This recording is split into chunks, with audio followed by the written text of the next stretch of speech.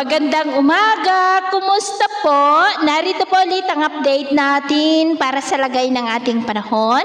Ngayong umaga po ng August 28, 2025. Sa ngayon po ay wala na tayong binabantayan na sama ng panahon. Dito po sa loob ng ating area of responsibility, tuluyan na po na nakalabas ang sama ng panahon na ating binabantayan. At kumikilos na po yan palayo patungo po dyan sa may south of China. Pero nahahatak pa rin ito ang habagat na nagdudulot pa rin ngayon ng mga isolated rain sa ilang bahagi ng ating bansa, lalo na sa kanluran, posibleng hanggang next week po. At sa ating wind map forecast, sa susunod na mga araw ay posible muli ang pamumuo ng mga sama ng panahon sa paligid ng ating bansa at ang development ng mga yan at ating babantayan kung may banta po ng bagyo na tutungo dito sa ating bansa, lalo na at nagbabanta na magsimula ang La Nina sa susunod na buwan at kung La Nina season, mas maraming bagyo na ang mabubuo at posible ang malalakas. At ayon sa ipinalabas ng Pag-asa na Tropical Cyclone Threat Potential,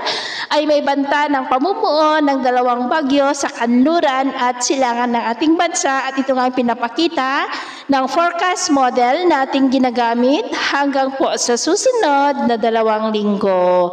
At sa lagay ng ating panahon ngayong madaling araw, dahil sa habagat ay may mga isolated rain sa ilang bahagi ng Bataan, Metro Manila, Batangas, Quezon, Legazpi, Sorsogon, Masbate, Mimaropa, Panay Island, Negros, Cebu, Bohol, Leyte, Samar Provinces, Surigao del Norte, Davao at Zamboanga Peninsula. At mamaya ay sisikat ang araw sa malaking bahagi ng bansa, pero dahil sa habagat ay cloudy skies with isolated rain ang ilang bahagi ng Bataan, Batangas, Mimaropa, Quezon, Bicol Region, Panay Island, Negros, Cebu, Bohol, Leyte, Samar, Sulu Archipelago at Zamboanga Peninsula. At mamayang hapon, mas maraming lugar ulit ang makakaranas ng mas maulap na kalangitan with isolated rains.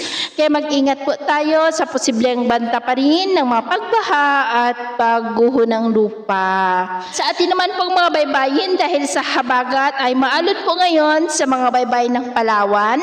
Ng mga alon ay posible po na aabot hanggang sa 1.9 to 2.2 meters height. Kaya hanggat maaari ay iwasan na muna natin ang papalaot dyan sa mga may kulay pula para po mas makaiwas sa mga sakunang pangkaragatan. So yun po ang latest update natin sa araw na ito. Ako po muli si James na nagsasabing sa kahit na pagsubok po na darating sa ating buhay, huwag na huwag po tayong mawawalan ng pag-asa. Thank you and God bless!